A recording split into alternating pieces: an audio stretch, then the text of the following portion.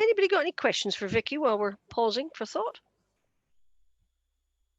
I was going to ask what lenses she normally takes with her. She said she normally takes a couple of lenses.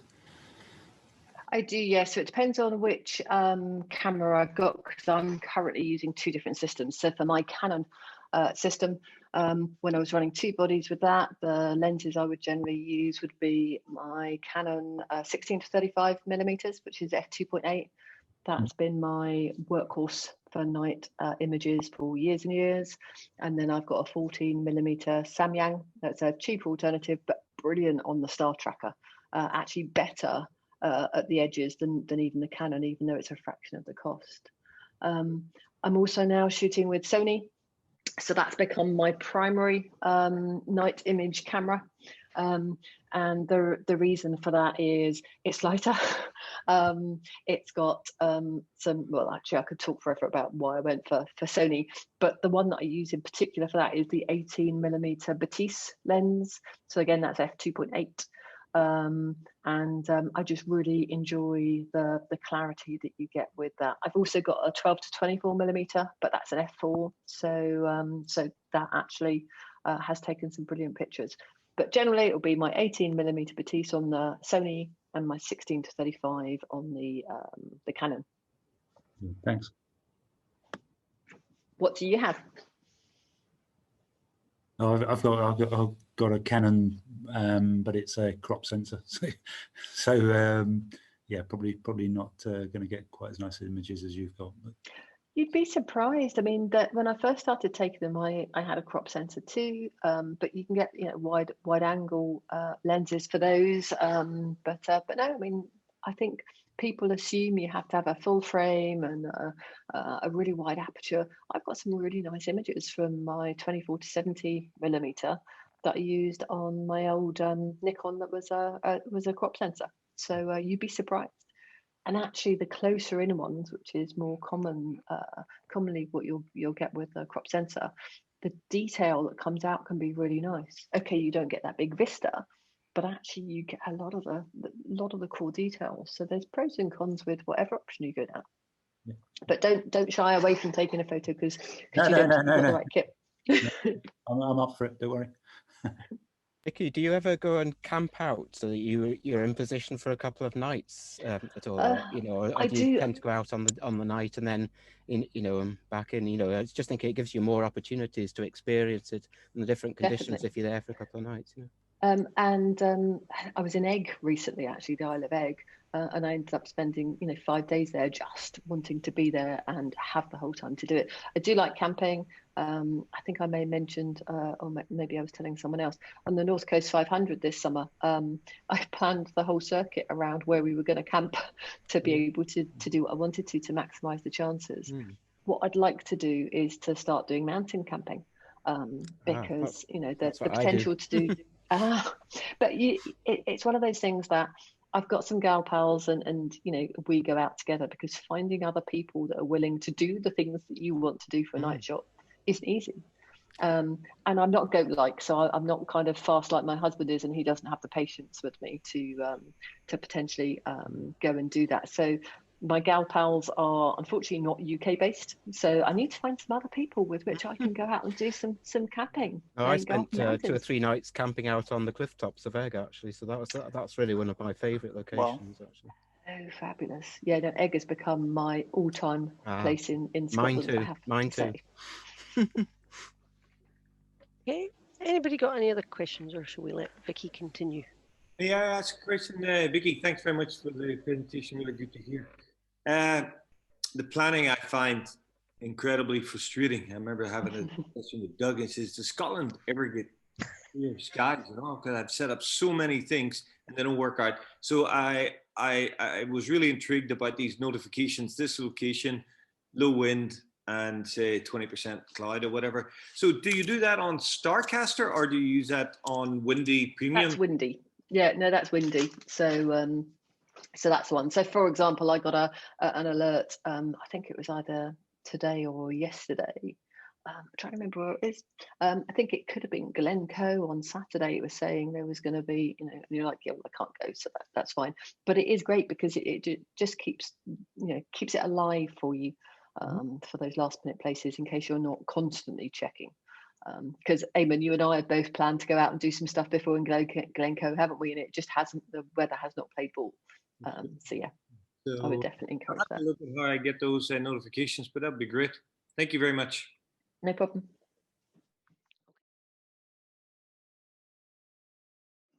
To watch out where the International Space Station is too, because that would make a mess of your sky. Yes, I've not really done much of that one before, but I know people that have for sure.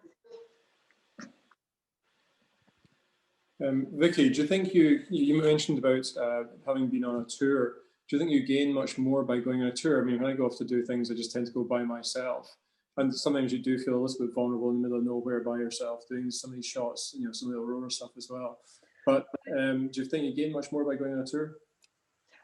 No, I used to do more than I do now. So I went to the stage where I would do a tour once a year internationally so that I could get some more clear skies.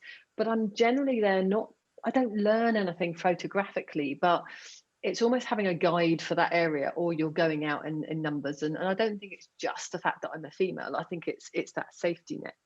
What I do now is I've made enough friends. So most of these images are where I've met photographers on a tour, and then if I travel for work, you know, or I'll encourage them to come over, we'll go out together. So you find like-minded people across the globe.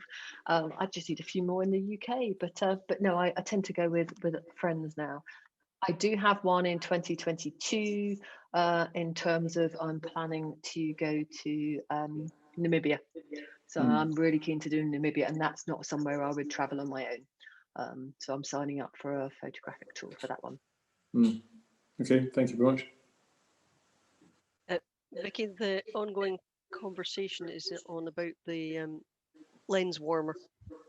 Oh, okay, yes. So lens warmer, they're really cheap. You can just get them on. You can get them on Amazon. I've had one for a couple of years and never actually needed to use it.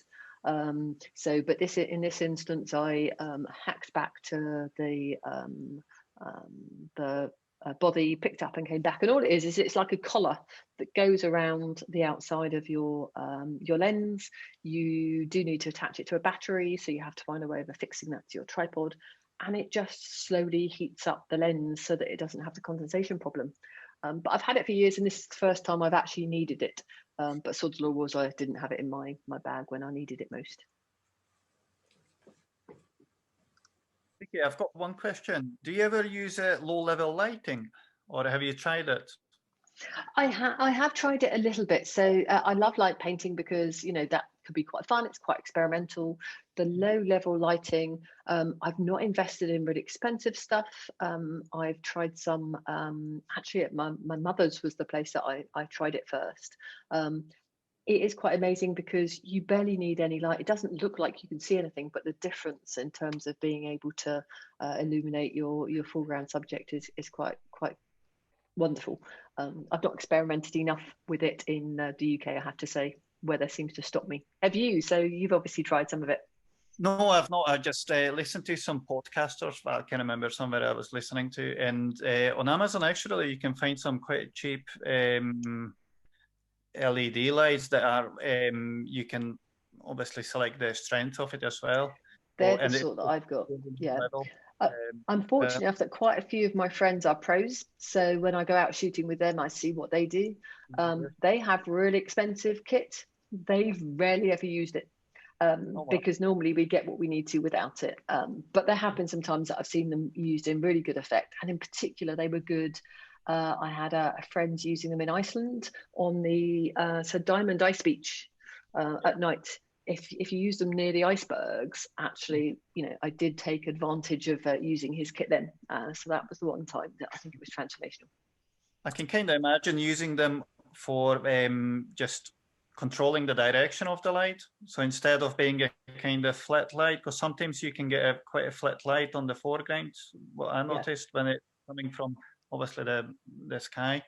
So the low level contour lighting, you can probably get interesting shadows and get the light coming from the direction you want to. Direction's important actually. So even with light painting, I've closed it down now, but one of the images that you saw with a waterfall there, I had some friends up taking pictures of a waterfall and they were doing light painting. So I went somewhere completely different. And actually, when you're light painting, always light paint from the side, never do it in the direction of which you're shooting. So it's easier if there's a couple of you. So you send one person out to do light painting. If need be, you just press the shutter for them because you can direct them. But you need it coming from the side. The difference in the illumination is huge. So yeah, direction's important. Something I'd like to experiment with more. Yep, definitely. Thank you. Vikki, how much do you find light pollution to be a problem when shooting nightscapes, landscapes in Scotland? I mean, I've tried it from up various Munros in what you might think would be really remote areas, and it's surprising how much light pollution there is, you know, even in the middle of the Highlands. Yeah, no, I agree. Well, I had some friends that wanted to do Millerockie Bay earlier this year, and I went out with them because part of that was to help them with their astro. I was pretty sure there'd be light pollution, but it was pretty appalling. I mean, there should have been an amazing Milky Way, but I had to work really hard on the processing to get any detail out. But to the eye, you couldn't see that much. So yeah, I do find night pollution can be an issue. In some places, it can add, because depending on the glow and the colour, it can actually add something to the quality of the sky quite nicely. But no, I try to avoid it where I can. And there are plenty of light pollution maps online which show you really clearly how much light pollution there is. But yeah, it's a bigger issue than you might think. My husband says, well, yeah, where could we go within Edinburgh to go and get the Northern Lights earlier this week? And I just laughed at him and said, you know, we can't go to Bassrock, we can't go, you know, it's not going to happen. So, but any other questions? I've had a quick look at what came up on the chat now. I think you mentioned that you were wanting to say something about your phase 1 launch. Oh yes, no. So that was as much because I was the internal face of phase 1's XT camera launch. So their field camera, they call it that, rather than a medium format.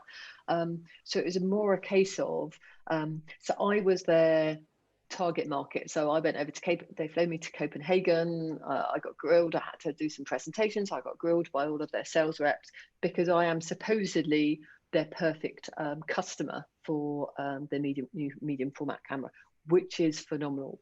If I could afford it, or if I would justify spending the money, I would buy it. I spend my money on going places rather than buying kit, but the kit is brilliant.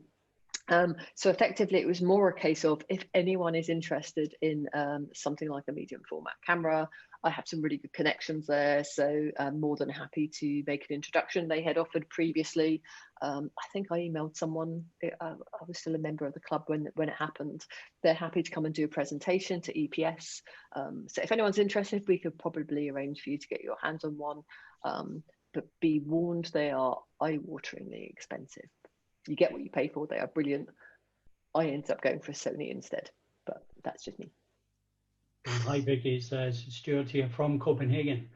Hello, my neighbour is an engineer at phase 1, believe it or not. I was very jealous of him. I haven't been able to get my hands on one yet, but it is absolutely stunning, I have to say. So, but yeah, I'm not quite that affluent just yet. So, no, but they are brilliant. Yeah. I mean, I've got a friend who's one of their ambassadors, and the quality of the images he takes when we're out side by side means he can have them plastered across, you know, whole buildings. You know, the quality is quite phenomenal. But for what I need it for, I think they called me, and I quite liked it. So I was defined as their passionate photography enthusiast, as opposed to their normal target market. They're looking for people that are somewhat affluent, that could afford it, but probably wouldn't spend the money on it. So they need to convince people like us. Any more questions for our passionate photography enthusiast? I love that. I think I might take that up as a job title. Any more thoughts? It's great. Any more for Vikki? I've actually seen the aurora from out here on a couple of occasions, going up the hill a bit from where we live in Curry, or going out towards Harper Rig Reservoir. Maybe not strong enough to take good photographs of, but you can see it and appreciate it. Yeah, well, as I say, I've certainly taken some from the North Berwick area as well, but that's obviously further afield when I was first trying to go aurora hunting. But we are so lucky. I mean, I have friends all over the place that, you know, want to come to Scotland and shoot, and one of the things they're looking for is aurora. So we are fortunate. But even in Edinburgh, you can still see it occasionally if it's strong and without breaking the travel guidelines. Well, what's most frustrating is Meadow. I'm married to a Meadow Macleod, of which anyone that knows the Isle of Lewis will know every other man you bump into is a Meadow Macleod. So we have a family home up there. And the amount of time we've spent in Lewis, I haven't once yet had a clear enough night to be able to get a night sky shot from Lewis, let alone get the aurora. But, you know, my time will come. My time will come. Well, I do know a Meadow Macleod from around here as well. So must be a lot of them around. There are. But thank you for listening to me tonight. Thank you very much. It's very interesting. Thank you very much, Vikki. Oh yes, round of applause for Vikki. Thank you. Excellent. A couple of people in the notes have asked if we could arrange a night out and that was a request from last year as well. Actually, we've had it not every year, but certainly in the winters. It was on the list of things to try and do this winter. Oh well, perfect. And I think I posted something on the closed member site, but I'm going to help the Scottish Lavender Company set themselves up to be able to host a couple of evenings. Oh, that would be lovely. Because I'm going to help organise them, then it'd be fairly easy for us to do a club night there as well. I would love lavender pictures. I wrote down Scottish lavender fields on my thing actually, because I love Kinross. Vikki, is that up at Newborough? Was it Kinross? Kinross, yes. Oh, it's not far from me at all then. Okay. No, it's brilliant, but obviously it's private land, so I was lucky enough that they allowed me to have access to the land to take some photographs, and then as a result, I kind of, you know, talked to them about the fact that they could probably make a little bit of money out of doing it and organise it so that people were respectful, because the last thing you want is just people trampsing through because it's their livelihood. So I've agreed to do that with them next year. Oh, fabulous. Yeah, great. It means we don't have to go to Provence. Well, hey, have it in our own backyard. Disappointing. I mean, going to Provence was obviously one of the choices there. That's the thing. So the wine's better in Kinross. It probably is, actually. I'll take your word for that. Okay. So thank you, Vikki, my friend. Has nobody else got any other questions? I would have one more. Sorry. You're allowed, darling. Of course you can. Vikki, time lapses. What is your well? It's not a secret kind of juice kind of thing, but I know that there's some numbers that they have to be right, so you're not going to end up with a very choppy movement, and also how are you getting rid of any flickering? I haven't had too much of a problem with night stuff. It's actually more of an issue with daytime time lapses where you get the choppiness and the lights. So when it comes to daytime ones, the gap you have depends on the amount of movement you've got going on with the skies and the clouds. So I've got a bit of a one of the workshops I did go on was with my astro hero Michael Shainblum. So I've got his crib sheet of different times for different things. I can send you a copy. I've got no problem with doing that.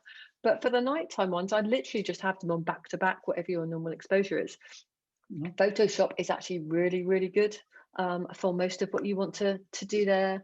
And then I'm trying to think about there's LR time lapse. So LR time lapse, I only tend to use that if I'm going to have differences in light. So if you're going for what they call the Holy Grail, which is day to night or vice versa, you have to find a way to get the flickering sorted. So then I'll use LR time lapse. But for most nightscape time lapses, I'll just do really simple Photoshop.